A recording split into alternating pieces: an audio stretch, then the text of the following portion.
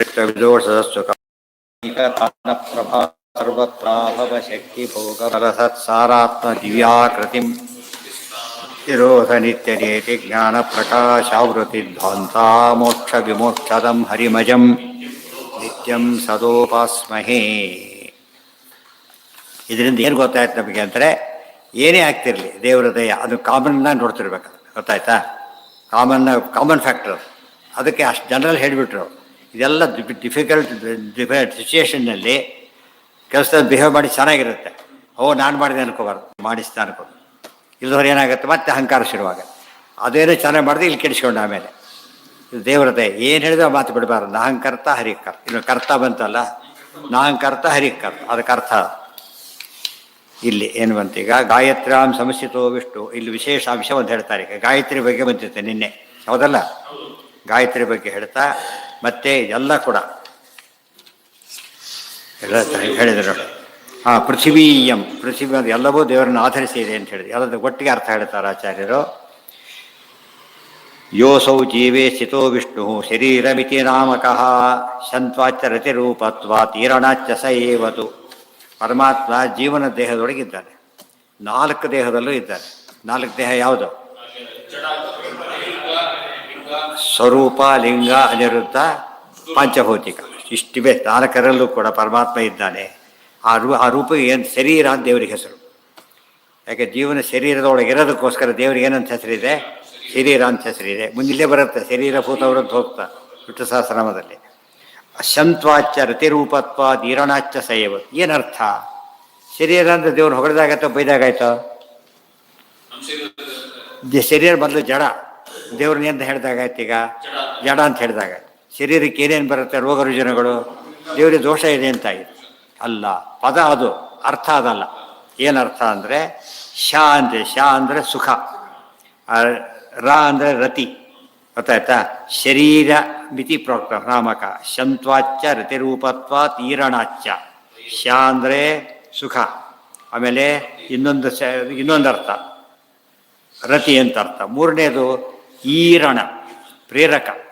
ನಮ್ಮ ಶರೀರದಲ್ಲಿ ನಾವು ಇದ್ದೇವೆ ಅಷ್ಟೇನೆ.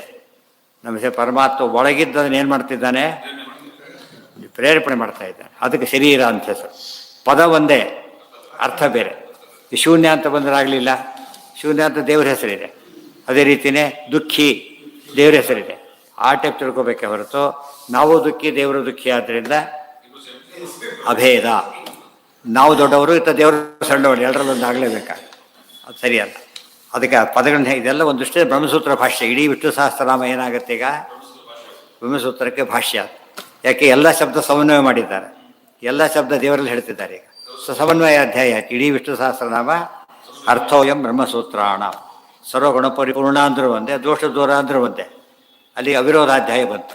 ವಿಷ್ಣು ಸಹಸ್ರನಾಮ ಪೂರ್ತಿ ಬ್ರಹ್ಮಸೂತ್ರದ 2ನೇ ಅಧ್ಯಾಯದ ಅರ್ಥ. ಆಮೇಲೆ ಇಂಥ ದೇವರ ಹತ್ರ ಹೋಗಬೇಕು ಅಂತ ಬಂದರೆ ಸಾಧನಾಧ್ಯಾಯ ಆಯಿತು.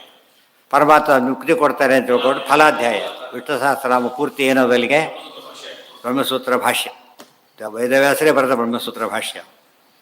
ಯೋಸೌ ಜೀವೇ ಅಯನಾತ್. ಏನಾಯ್ತು ಈಗ? ಶಂತ್ವಾಚ್ಯ ರತಿರೂಪತ್ವಾತ್ ಶರೀರಿ, ಶರೀ ಆಯ್ತಾಗ. ಈರಣಾತ್ ಸಯೇವತು ಶರೀರ ಶಬ್ದೋಕ್ತ. ಜೀವಚೈತನ್ಯ ರೂಪಸ್ಯ ಹೃದಯೇಪಿ ವ್ಯವಸ್ಥಿತ. ಈ ದೇಹದೊಳಗಲ್ಲ, ಮುಂದಿನ ದೇಹ ಅಲ್ಲ, ಸ್ವರೂಪ ದೇಹದಲ್ಲೂ ಪರಮಾತ್ಮ ಎಲ್ಲಿದ್ದಾನೆ? ಹೃದಯದಲ್ಲೇ ಇದ್ದಾನೆ. 4 ರೂಪದಲ್ಲೂ ಇದ್ದಾನೆ. ಅಯನಾಥ್ ಹೃದಯ ವಿಷ್ಣು ಸಹ ಹೃದಯಂ ಕೀರ್ತಿತೋ ಬುಧ. ದೇವರಿಗೆ ಹೃದಯ ಅಂತ ಹೆಸರಿದೆ. ಹೃದಯಾಯ ನಮಃ. ಎಲ್ಲಿ ಹೇಳ್ತೇವೆ ನಾವು ಅದನ್ನು? ಅಂಗನ್ಯಾಸ ಕರನ್ಯಾಸ. ಹೃದಯಾಯ ನಮಃ. ನಮಗೆ ಏನು ಹೃದಯಕ್ಕೆ ನಮಸ್ಕಾರ ಮಾಡ್ಕೊಳ್ಳೋದಾ? ಹೃದಯ ಅಂದರೆ ದೇವರು. ಅರ್ಥ ಆಯ್ತಾ?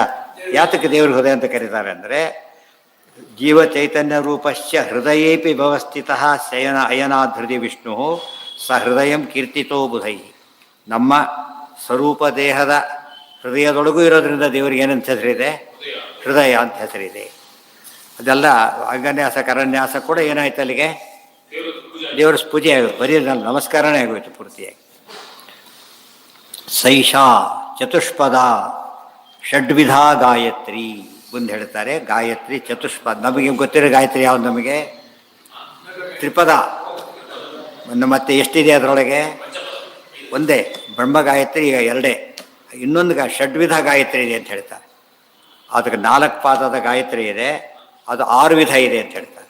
ಅದೇನು ಅಂಬುದನ್ನು ನಾಳೆ ಅದು ಯಾವುದು 6 ಪಾದದ ಗಾಯತ್ರಿ. ಸೊ ನಮಗೆ ಗೊತ್ತಿರೋ ಗಾಯತ್ರಿಗೂ ಎಷ್ಟು ವ್ಯತ್ಯಾಸ ಇದೆ ಅಂತ ತಿಳಿಸ್ತಾರೆ.